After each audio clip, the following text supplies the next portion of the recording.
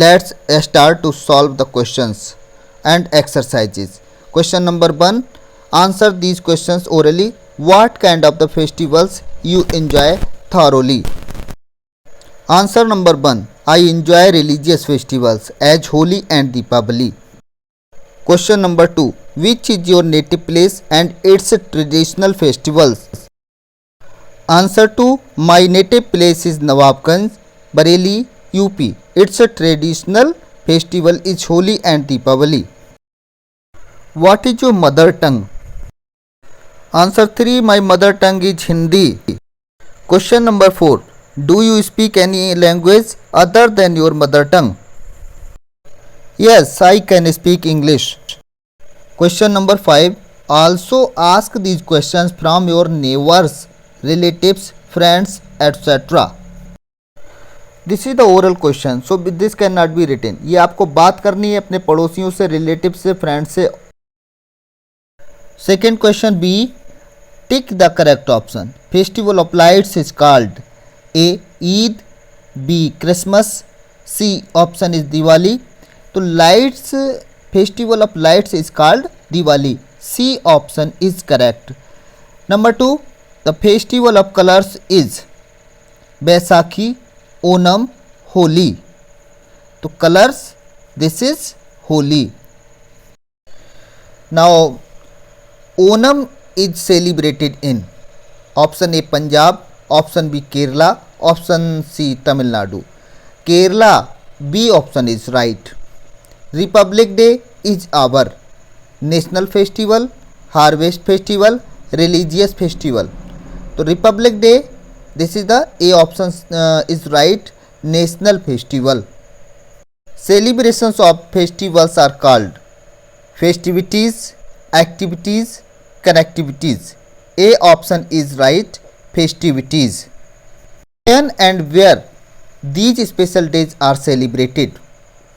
Special days, Children's Day, 14 November. Why? क्यों celebrate किए जाते हैं? तो एज अ बर्थडे ऑफ चाचा नेहरू, चाचा नेहरू के बर्थडे के रूप में इसको मनाया जाता है. फादर्स डे कब मनाया जाता है? तो इसका कन्फ्यूजन है, लेकिन फिर भी थर्ड संडे जून का जो होता है उसको ज़्यादातर मनाया जाता है. और क्यों मनाया जाता है? तो फादर्स का रिस्पेक्ट के लिए, रिस्पेक्ट को याद करते हुए इसको हम सेलिब्रेट करते हैं. अगला है मदर्स डे. तो ये सेकेंड संडे मई का जो होता है उसमें सेलिब्रेट किया जाता है, लेकिन इसकी भी डिफरेंट डिफरेंट डेट हो सकती हैं. और ये मदर्स के रिस्पेक्ट में इसको सेलिब्रेट किया जाता है. अर्थ डे 22 अप्रैल को मनाया जाता है, टू सेव एनवायरनमेंट, एनवायरनमेंट की सुरक्षा के लिए. डॉटर्स डे कब मनाया जाता है? तो 4th सैटरडे ऑफ सितंबर, सितंबर के 4th सैटरडे को इसको मनाया जाता है, to save daughters, to respect daughters, daughters के सम्मान, डॉटर्स के बचाव के लिए. Chat on fact. It is not true that we enjoy every festival irrespective of the fact whether it belongs to our community or not. Discuss some of these festivals with your friends. इसका मतलब ये है कि किसी भी समुदाय का त्यौहार हो हम बड़ी खुशी से मनाते हैं. क्या ये सही बात है? इसे अपने फ्रेंड्स के साथ डिस्कस करो. Activity to be good. A question. Read the clues and unjumbled the words below to find the names of different languages spoken in different states and cities of India. One of the oldest language, तो सबसे पुरानी language में से एक language है वो संस्कृत है. It is spoken in Bengaluru, इसको बेंगलुरु में बोला जाता है. तो ये कन्नड़ लैंग्वेज है, Kannada. It bhangra songs are sung in this language. Bhangra song किस में गाए जाते हैं? तो ये पंजाबी भाषा में गाए जाते हैं. India's national and official language Hindi होती है. महात्मा गांधी मदर टंग कौन सी थी? तो उनकी मदर टंग थी गुजराती.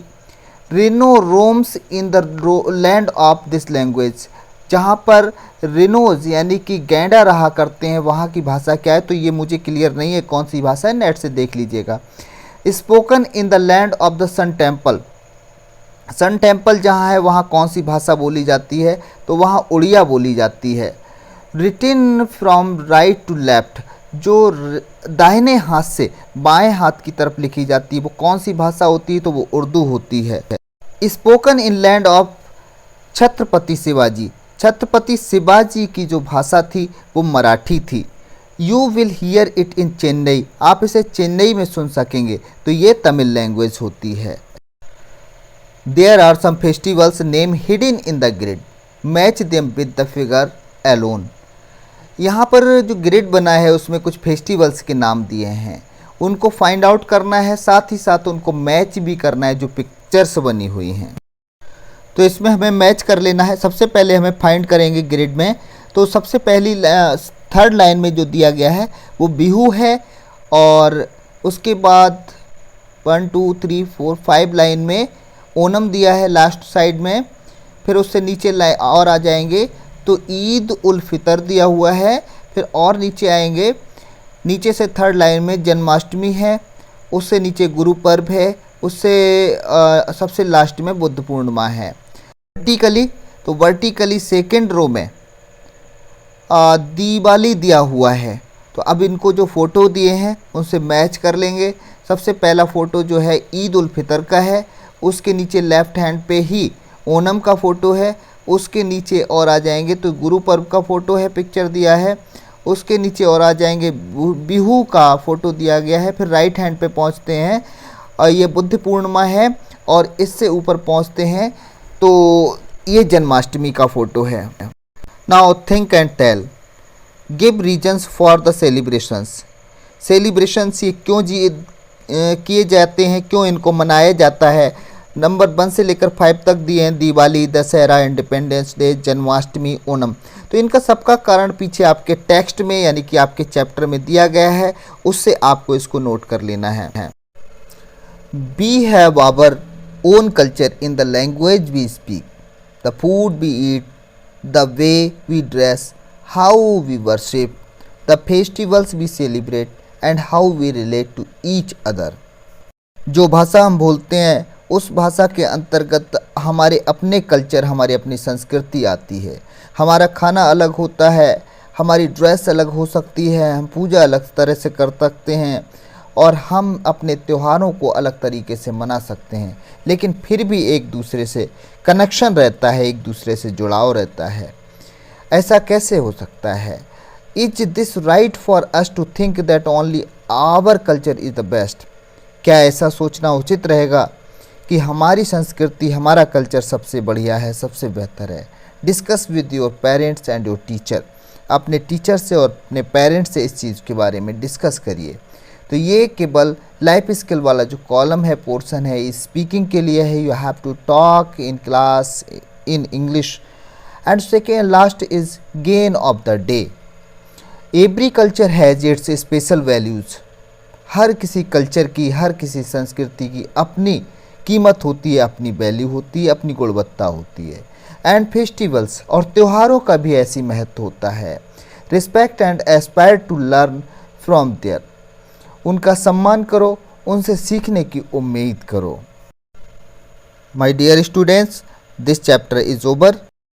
उम्मीद है कि आपने एक्सप्लेनेशन वीडियो में जो भी दिया गया है स्टडी से रिलेटेड उसको अच्छे से देखा होगा, समझे होंगे, आपको हेल्प मिलेगी। आपका दिन शुभ हो और आपका भविष्य उज्जवल हो, इसी के साथ कामना करते हुए मैं आपसे विदा लेता हूँ। नमस्कार, जय हिंद। फिर मिलते हैं किसी नए वीडियो में।